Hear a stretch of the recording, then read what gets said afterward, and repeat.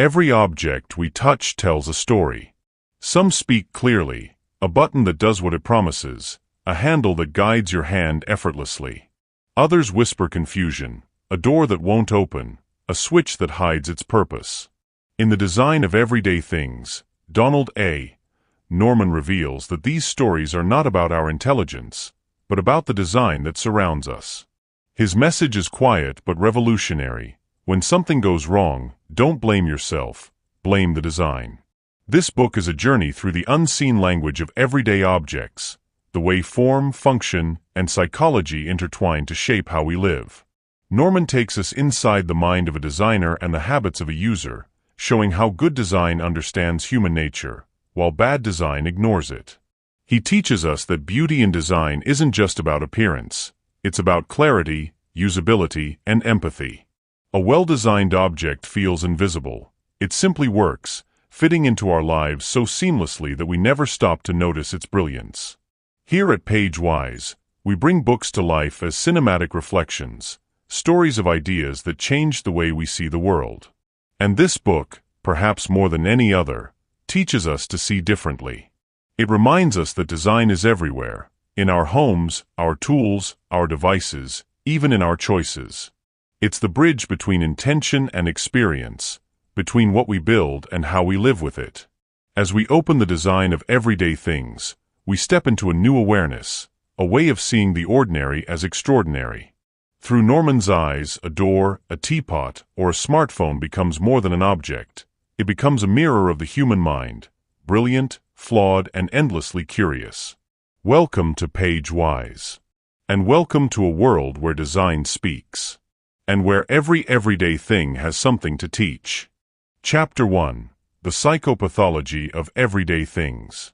Everyday life is filled with tiny frustrations, doors that push when they should pull, switches that never seem to control the right light, machines that mock us with their blinking buttons and mysterious symbols. We often sigh, shake our heads, and think, why can't I figure this out? But as Donald A. Norman reminds us, the fault isn't ours. It's in the design. This is the quiet madness of modern life, a kind of invisible friction between human intention and human invention. Norman calls it the psychopathology of everyday things, the study of why the objects we create so often end up confusing, frustrating, or defeating the very people they were made for. At its heart, this chapter is about understanding why things make sense, or don't. Norman begins with a simple observation that everything we use speaks to us in a language of design. The shape of a handle tells us whether to pull or push. The size of a button suggests its importance. A blinking light begs for attention. But too often, that language is garbled or inconsistent. We meet doors with handles that invite pulling when they're meant to be pushed. We see stovetops with knobs arranged in ways that make guessing a daily ritual. We encounter phones, remotes, and dashboards that seem designed to test our patience instead of serving our needs. The problem, Norman argues, is not that people are inattentive or untrained. It's that design fails to respect human psychology. Designers, absorbed in aesthetics or technical possibilities, often forget the basic truth. Every product is used by a human being, one with habits, expectations, and limits. Good design, therefore, isn't about decoration. It's about communication. It's the art of making the purpose and operation of an object instantly clear to the person using it. When that communication fails, confusion takes over, and we begin to doubt ourselves instead of the design. Norman introduces the idea of affordances, the qualities of an object that suggest how it should be used. A button affords pressing. A handle affords pulling. A knob affords turning.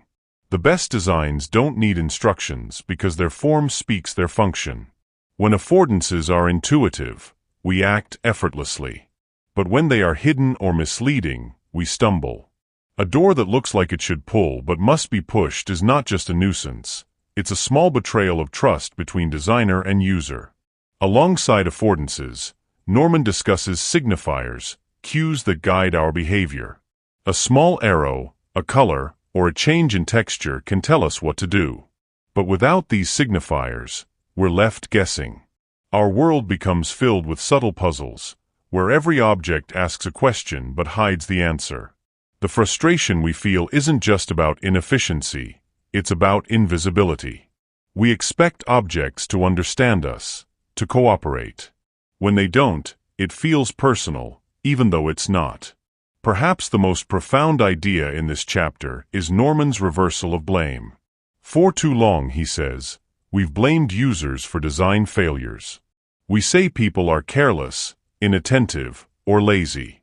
But in truth, bad design makes good people feel stupid. The right design makes ordinary people feel smart. This insight reshapes not just how we look at objects, but how we think about responsibility. The problem isn't human error, it's design error. And fixing that requires empathy, observation, and a deep understanding of how people actually think and behave. Norman draws examples from the mundane to the modern: doors, telephones, washing machines, computer interfaces. He shows that confusion doesn't come from complexity alone, it comes from poor mapping. When controls don't logically correspond to their effects, the user must memorize, guess, or experiment. The human brain naturally looks for patterns, but when design breaks those patterns, frustration follows. A simple stove with 4 burners and 4 knobs can either feel obvious or chaotic depending on how the controls are arranged. Clarity is not a matter of technology, it's a matter of thoughtfulness. What makes this chapter resonate is not just its critique, but its compassion. Norman isn't scolding designers, he's inviting them to see through the user's eyes.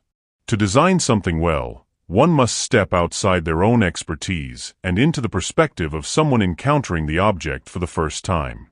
This is empathy in practice, a merging of psychology and creativity that makes design truly human-centered. As the chapter closes, Norman paints a vision of what great design feels like. It's invisible. It's fluid. It's so natural that we forget the designer ever existed.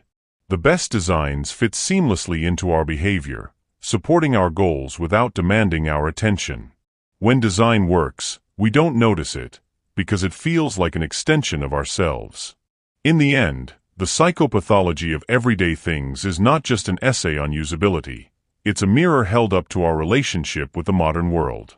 Every object we struggle with is a reminder of how much better things could be if we designed for humans first, and technology second. Norman's message is timeless. Design should simplify, not intimidate, empower, not confuse. When we learn to see the world this way, even a door becomes a lesson in empathy. So the next time you hesitate before a handle or fumble with a control, pause. It's not your fault.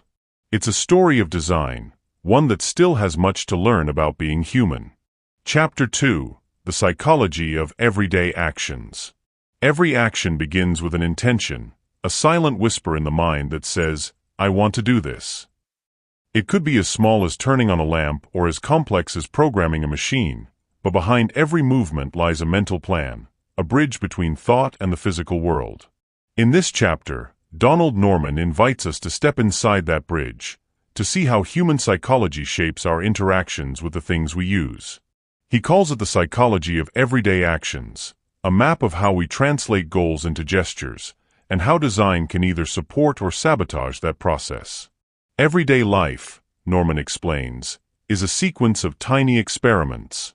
When we use an unfamiliar object, we form a goal, take an action, observe what happens, and then adjust. This cycle is what psychologists call the action cycle, the constant dialogue between doing and understanding. There are 2 sides to it: execution, turning our goals into actions, and evaluation, interpreting what those actions produced. Good design makes this cycle effortless. Bad design turns it into a maze. Imagine pressing a button and nothing happens. You wait. You wonder. You press again. Uncertainty creeps in. Did I press it wrong? Is it broken? This small moment of doubt is what Norman calls the gulf of execution and evaluation. It's the gap between what we want to do and what the system allows us to do, between what happens and what we understand happened. The wider the gulf, the greater the confusion. The narrower it becomes, the more natural the experience feels. A well-designed product bridges that gulf invisibly, through clarity, feedback, and intuitive mapping. Feedback, Norman says, is the lifeblood of human interaction with the world. Without it, we are lost. Imagine flipping a light switch with no click, no sound, no change in brightness. You'd hesitate, unsure whether anything occurred. Feedback reassures us that our actions mattered, that the system heard us. A subtle click, a glow, a vibration. These are the small affirmations that make interaction human. The best feedback is immediate, meaningful, and minimal. It speaks the language of the senses, not of manuals or menus. Norman also explores how memory and attention shape our daily experiences. We live in a world overloaded with information, yet our minds can hold only so much at once. That's why great design doesn't rely on memory. It builds clues into the world. A stove with controls aligned in the same pattern as the burners doesn't require memorization. Its layout explains itself. This is knowledge in the world, a concept Norman contrasts with knowledge in the head. When design carries the burden of memory, users can act freely without fear of forgetting. But when the design hides meaning, people must compensate, remembering steps, instructions, or sequences that should have been visible all along. At the core of this chapter lies empathy, the ability to design not for what people should do, but for what they actually do. Norman reveals that human error is not a flaw in character, it's a clue about how our minds function. We make slips when our attention drifts, mistakes when our mental models don't match reality. Instead of blaming users, good designers read errors like footprints in the sand, evidence of how people truly think. Each mistake becomes an opportunity to redesign, to bring the system closer to the rhythm of the human mind. Norman's reflections move gracefully between theory and life. He talks about door handles, car dashboards, and everyday appliances, yet each example feels like a meditation on human nature itself. When we fail to open a door, we feel embarrassment, even shame, emotions that have nothing to do with mechanics and everything to do with meaning. Design is not just a technical craft, it's an emotional one. Every button, every beep, every silence carries a feeling, of confidence or confusion, of trust or irritation. The psychology of everyday actions reveals something deeper. Humans are storytellers, even in their smallest gestures. When we use an object, we construct a tiny narrative. I press this, and then this happens. When that story unfolds smoothly, we feel agency. When it breaks, we feel powerless. The designer's task, then, is not to control the story, but to guide it, to build objects that support human intuition, curiosity, and rhythm. By observing how people act, designers learn to predict where confusion begins and clarity ends. They see that frustration often emerges not from complexity itself, but from poor communication. Even the most advanced technology can feel simple when it tells its story clearly. And even the simplest object can feel maddening when that story is hidden. As this chapter closes, Norman leaves us with a quiet truth: design and psychology are inseparable. To design well, we must first understand how people think, perceive, and decide. We must learn to see the invisible steps between intention and action, to feel the small victories and failures that shape every human interaction. When we honor that process, design becomes not just functional, but humane. The psychology of everyday actions reminds us that the world we build is a reflection of how well we understand ourselves. Each time we reach for a switch or grasp a handle, we're not just using an object, we're participating in a dialogue between mind and matter. The question is whether that dialogue flows, or falters. And in that difference lies the soul of design. Chapter 3: Knowledge in the Head and in the World. Every time we reach for a familiar object, a cup, a keyboard, a door handle, we're relying on knowledge. Some of it is stored deep within us, drawn from memory and habit. Some of it is scattered around us, woven into the objects themselves, waiting to be discovered. In this chapter, Donald A. Norman invites us to explore the delicate balance between these two kinds of knowing, knowledge in the head and knowledge in the world, and how the harmony between them shapes our daily experience. Imagine for a moment the act of tying your shoes. Your hands move effortlessly, forming loops and pulling laces tight without conscious thought. That's knowledge in the head, learned through repetition, encoded into muscle memory. Now imagine using a new microwave. You scan the panel, guided by labels, icons, and colors, external cues that tell you what to do. That's knowledge in the world, meaning embedded into the environment itself. We live in constant conversation between these two realms, the inner and the outer, memory and design, recall and recognition.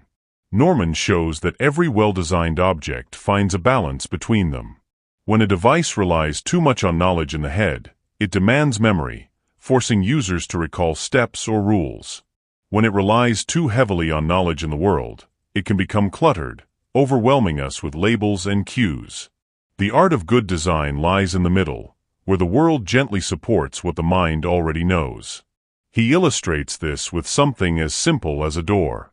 A handle shaped for pulling and a flat plate for pushing eliminates the need for instruction. The door tells you what to do. That's design transferring responsibility from memory to perception. But when a door has identical handles on both sides, you're forced to guess, to rely on memory, experience, or luck. The design is silent, and you are left to interpret its intentions. This is where frustration is born. Norman reminds us that human memory is fragile.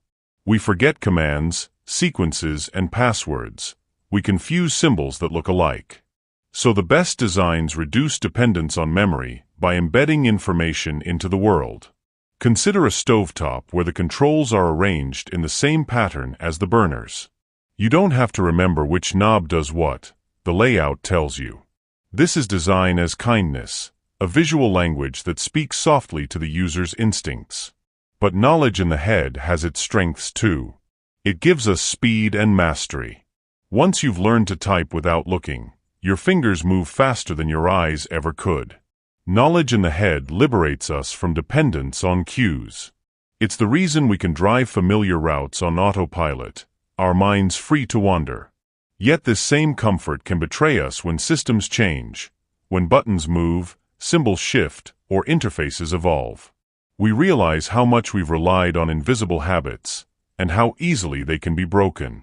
Norman describes this interplay as a dance between memory and design, a rhythm that good designers must understand deeply. Too much reliance on memory leads to anxiety. Too much reliance on visible cues leads to clutter. Great design, he says, feels intuitive because it mirrors the way we think. It doesn't require conscious effort. It just works, like a song your body already knows. He introduces the concept of constraints, natural limits that guide our behavior without us noticing. The shape of a key, the groove of a plug, the direction of a hinge, these physical cues prevent error by design. They reduce the need to think, not by dumbing things down, but by aligning them with our natural expectations. Good constraints make the world easier to navigate. They let knowledge in the world quietly complement knowledge in the head. Through gentle examples, Norman reveals that design is really about partnership between human memory and environmental memory. A well-placed label, a subtle sound, or a familiar pattern becomes an external form of cognition, extending the boundaries of our minds. He writes, in essence, that the world itself is part of our memory. When we design environments wisely, we're designing better minds, not because we're smarter, but because the world is kinder. Think about how you use a map. At first, you study it carefully, aligning the symbols with your surroundings, leaning on knowledge in the world. But once the path is familiar, you carry it in your head. Over time, external knowledge becomes internal understanding. That transformation is the essence of learning and the measure of design success. This chapter is also about forgiveness. Norman reminds us that forgetfulness is not a flaw, but a natural limit of the human condition. Good design forgives those limits. Bad design punishes them. A designer's job is not to demand perfect memory, but to create systems that are graceful under imperfection, systems that help us remember without requiring us to. By the end of the chapter, the lesson becomes clear: design is memory made visible. It's the art of placing reminders, signals, and symbols in the right places, so that the world carries part of the cognitive load. When done well, it feels effortless. When done poorly, we are forced to hold the entire system in our minds, and that is where confusion lives. Norman's message is quietly profound. The intelligence of a system is not measured by how much it knows, but by how well it helps us know what to do. The future of design, he implies, will depend not on technology alone, but on empathy, on the ability to see through the eyes of a human being who forgets, hesitates, and wonders. In the end, knowledge in the head and in the world is not just a design principle, it's a philosophy of life. It teaches us that our environment is not separate from our mind, it's an extension of it. Every label, every pattern, every sound we encounter shapes how we think and act. And perhaps the most beautiful truth of all is this: when design honors that partnership, when the world remembers what we might forget, life itself becomes just a little bit easier to live. Chapter 4: Knowing What to Do, Constraints, Discoverability, and Feedback. Every moment we interact with the world, we face choices: which button to press, which lever to pull, which path to take. The brilliance of design lies not in creating complexity, but in guiding us gently toward the right action. In this chapter, Donald Norman explores how constraints, discoverability, and feedback become the invisible hands that lead us through the labyrinth of everyday life. Imagine entering a room filled with switches. Without labels, patterns, or clues, your mind races, testing possibilities, often stumbling. That is the world without constraints. Norman explains that constraints are not limitations meant to frustrate us. They are guides, subtle yet powerful, shaping behavior without forcing it. Physical constraints, like the shape of a plug or the grooves on a key, allow only one correct action. Cultural constraints, like traffic signals, rely on shared understanding. Logical constraints, like numbered sequences, invite deduction. Together, these invisible rules create order in a world that could otherwise feel chaotic. Discoverability, Norman argues, is the heart of intuition. It is the art of making possibilities visible, of showing users what actions are available without overwhelming them. A door with a flat plate or a pull handle whispers its intended action. A touchscreen icon glows to suggest interactivity. Good discoverability does not shout instructions. It hints, teases, and leads the user along a path of understanding. It respects the intelligence of the human mind while offering just enough guidance to prevent error. But guidance alone is insufficient. Feedback, Norman emphasizes, completes the circle. Imagine flipping a light switch with no illumination, hearing no click, feeling no change. Doubt creeps in.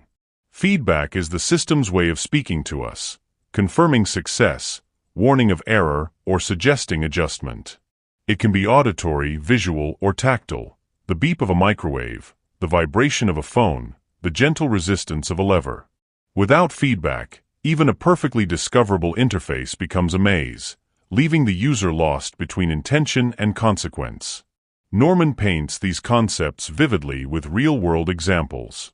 A stovetop where burners correspond to knobs and spatial arrangement, a software interface that highlights actionable buttons, a door that clearly signals push or pull, all are triumphs of thoughtful design. Each demonstrates a subtle truth: the environment can carry cognitive weight, guiding users while relieving them of unnecessary mental burden. The designer's role is to choreograph this invisible dance between action and perception. He also explores the tension between novice and expert users. Novices require discoverability and explicit feedback. They need the world to reveal itself gradually. Experts, however, thrive on efficiency and shortcuts. They benefit from constraints that prevent errors while allowing mastery to flourish. Brilliant design accommodates both, layering simplicity with depth. The challenge is creating systems that welcome beginners without boring experts, that teach without condescension. Norman challenges us to see errors not as failings of the user, but as clues to poor design. Slips, mistakes, and misunderstandings illuminate where discoverability fails, where constraints are insufficient, or where feedback is silent. To design well is to design forgivingly, anticipating the inevitable lapses of memory and attention, and shaping systems that guide without punishment. Error then becomes a teacher, revealing the dialogue between human cognition and environmental design. The chapter is a meditation on empathy. Norman repeatedly returns to a central truth: design is not about cleverness, it is about caring. The constraints we embed, the cues we provide, the feedback we offer, all reflect our understanding of human nature. Design is a conversation, one in which the world responds to our intentions, nudges us toward success, and cushions the impact of our mistakes. Consider the seemingly mundane act of making coffee. The placement of the pot, the alignment of the filter, the beep signaling completion, all are acts of communication. The machine talks to you, guiding, confirming, and sometimes correcting. Every beep, glow, and lever is an invitation to act, a reassurance that you are in control. This is the magic Norman seeks to illuminate: design as a partner in daily life. Ultimately, Norman's insight is profound yet simple: knowing what to do emerges from clarity. Constraints narrow possibilities, discoverability illuminates them, and feedback confirms or corrects. Together, they form a triad that transforms complexity into confidence. The world becomes readable, navigable, and forgiving. Humans, in turn, become empowered, capable of action without anxiety, memory without overload, and mastery without friction. By the end of the chapter, the lesson resonates beyond doors and devices. It extends to every system we inhabit, from digital interfaces to organizational processes, from education to urban planning. Good design is invisible yet indispensable, a gentle hand guiding us toward understanding, mastery, and ease. When we create with this awareness, we do more than build objects. We build experiences, minds, and lives that are, in subtle yet profound ways, just a little easier, a little more human. Chapter 5: Human Error. No bad design. In every stumble, slip, and mistake we make, there lies a story, not just of human frailty, but of the silent dialogue between ourselves and the things we use. Donald Norman invites us to look closely at errors, not as failings of character or intellect, but as messages from poorly designed systems. In this chapter, he challenges the conventional blame placed on humans and asks a far deeper question: what role does design play in the errors we commit? Imagine filling a glass of water, only to knock over the container because the counter edge was uneven. Or pressing a button on a microwave and, despite your certainty, it does nothing because the button is unresponsive. These moments, frustrating as they are rarely about incompetence. They are signals of design that misunderstands human nature, its limits, habits, and expectations. Norman reminds us that errors are predictable, systematic, and often unavoidable in poorly conceived systems. He distinguishes between two types of errors: slips and mistakes. Slips occur when our intentions are correct but our execution fails, pressing the wrong button, reaching for the wrong knob. Mistakes, by contrast, happen when our understanding is flawed, misinterpreting instructions, misjudging the result of an action. Slips highlight the interface's failure to match human capabilities, while mistakes point to a misalignment between knowledge and the world. Both, Norman insists, are signals to designers. The system is speaking, if only we listen. Norman brings this to life with examples that resonate in daily life: airplane cockpits filled with switches, complex medical devices, software interfaces that hide critical information. In each case, the human operator is blamed, yet the design itself is the true culprit. He points out that no matter how intelligent, attentive, or skilled a person may be, a poorly designed system will inevitably elicit errors. It is not human weakness, it is human context mismatch. The chapter is also an ode to empathy. Norman writes that understanding errors requires seeing through the user's eyes. What seems obvious to a designer may be invisible to a user.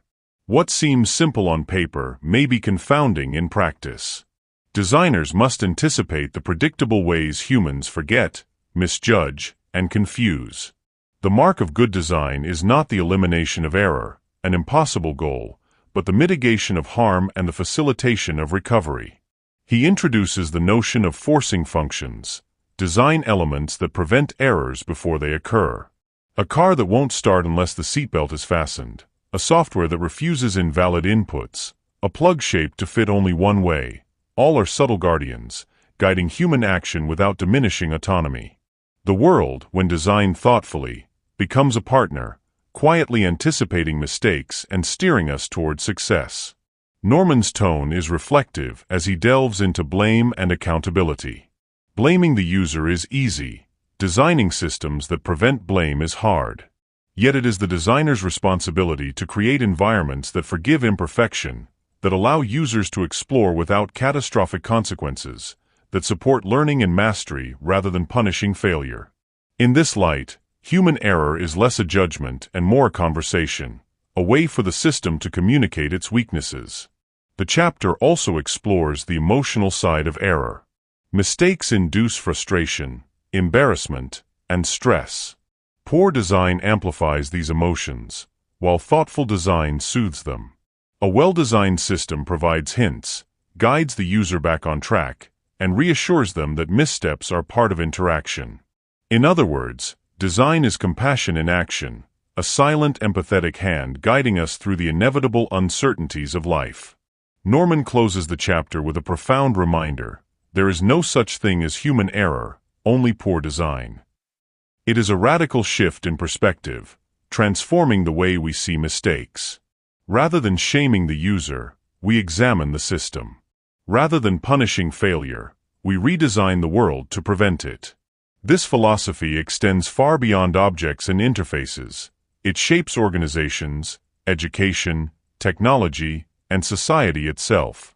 Errors, then, become lessons, opportunities for insight and improvement. When we embrace this perspective, we stop fearing mistakes and start learning from them. The world becomes more forgiving, systems more intuitive, and human potential more fully realized. Norman's vision is quiet but transformative. Design is not about perfection, but about partnership between human nature and the structures we create to live within it. By the end of the chapter, the message is clear and empowering. Our lapses are not evidence of inadequacy. They are invitations to examine the world we inhabit.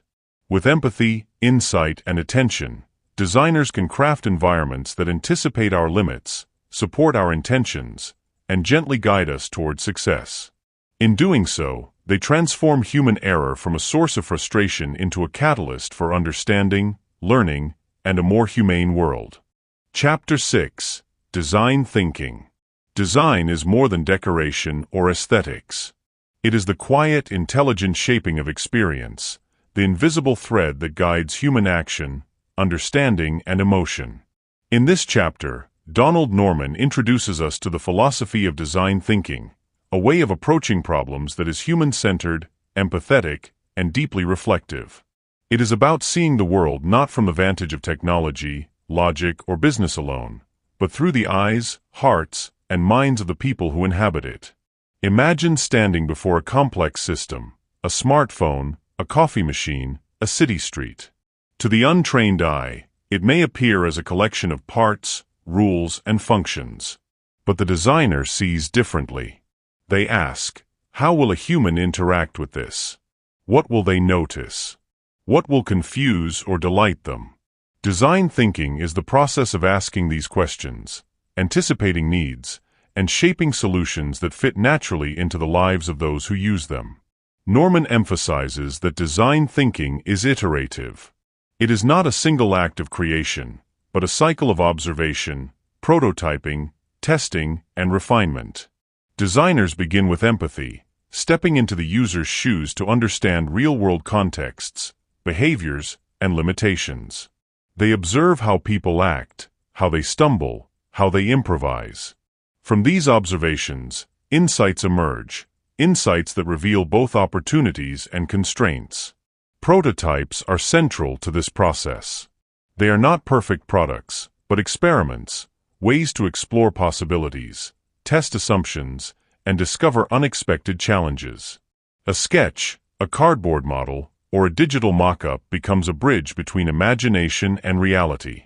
It allows designers to see where intuition succeeds, where it fails, and how human behavior shapes the outcome. Norman reminds us that early failure is not shameful. It is the lifeblood of learning, the engine of improvement. At the heart of design thinking is empathy, the capacity to feel the world as another does. Norman urges us to consider not just what a user wants, but what they need, what frustrates them, and what delights them. A simple button press, a sound, a visual cue, each interaction carries emotional weight. Good design respects this weight, acknowledging that human experience is not purely rational. We are creatures of habit, emotion, and context, and design thinking must honor that truth. Norman also explores the tension between creativity and constraint. True innovation emerges not in the absence of limits, but in their presence. Physical, social, cultural, and technological constraints shape possibilities, channeling creativity in ways that pure freedom cannot. The designer's task is to navigate these constraints, using them not as obstacles, but as guides, transforming boundaries into opportunities for elegant, human-centered solutions. Collaboration, Norman insists, is essential. Design thinking thrives when diverse perspectives converge. Engineers, psychologists, marketers, and end users working together to uncover hidden assumptions and explore multiple solutions. The cross-pollination of ideas generates richer understanding and deeper empathy. It is a practice of listening, observing, and questioning, rather than dictating or imposing. Feedback, once again, plays a pivotal role. Just as in previous chapters, systems speak to us through their responses. Design thinking requires designers to listen attentively to errors, hesitations, and successes alike. Every user interaction is a conversation, offering clues about clarity, efficiency, and satisfaction. The most insightful designers treat these interactions as guidance, continuously refining and improving the system. Norman offers a striking insight. Design thinking is not confined to objects or interfaces. It is a way of engaging with the world. It can shape policy, education, urban spaces, and organizations. Wherever humans interact with complex systems, design thinking provides a framework to create environments that are intuitive, forgiving, and empowering. It transforms problems into opportunities, confusion into clarity, and frustration into delight. The chapter closes with a quiet, powerful reflection. Design thinking is both philosophy and practice, art and science, empathy and rigor. It requires patience, observation, and humility. It celebrates iteration, forgives error, and honors the human mind. When approached with care, it elevates not only products and systems but the very experience of living, making life more intelligible, more navigable, and just a little more humane. Chapter 7: User-Centered Design. At the heart of every meaningful interaction lies a simple truth: design is not for objects, it is for people. In this chapter, Donald Norman brings us to the core of his philosophy, user-centered design. He invites us to see the world from the perspective of those who live in it, reminding us that technology, systems, and objects gain purpose only when they serve human needs effectively, intuitively, and compassionately. Imagine picking up a new device, a phone, a remote, a kitchen appliance. At first glance, it may appear straightforward, but subtle cues, constraints, and feedback determine whether your interaction will be effortless or frustrating. User-centered design places the user at the center of every decision. It demands empathy, insight, and humility. It asks designers to understand not just the actions people take, but the thoughts, habits, and expectations that guide those actions. Norman emphasizes observation as the foundation of this approach. Designers must immerse themselves in the lives of users, watching not just what people do, but how and why they do it. They notice the workarounds, the hesitations, the subtle frustrations that often go unspoken. These observations reveal the gaps between intention and outcome, gaps that thoughtful design can bridge. To truly design for people, one must first understand them as humans, not as abstract users or data points. Central to user-centered design is the principle of iterative refinement. Systems are never perfect on the first try. Prototypes, tests, and repeated cycles of feedback allow designers to discover hidden issues and refine solutions. Norman encourages designers to embrace this iterative process, treating every interaction as an experiment and every failure as insight.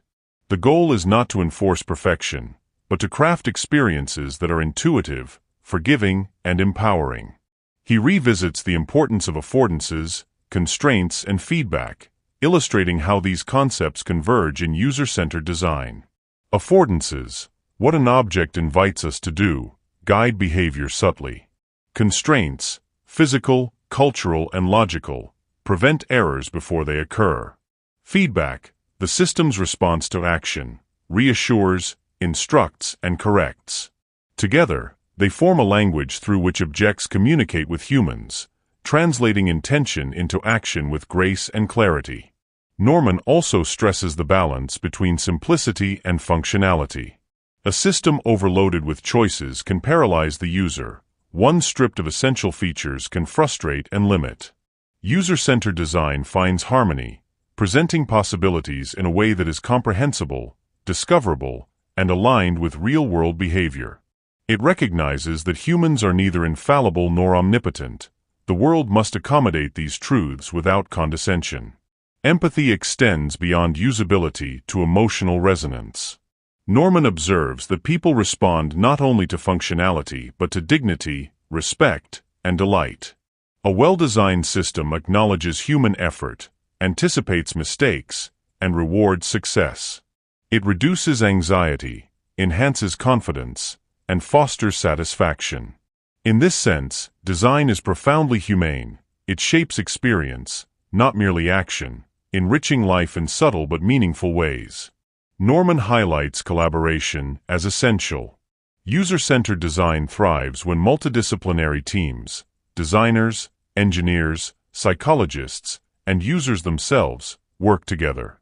Each perspective uncovers blind spots, challenges assumptions, and enriches understanding. The design process becomes a dialogue, not a dictation, a conversation between human insight and technical possibility. He concludes with a meditation on responsibility.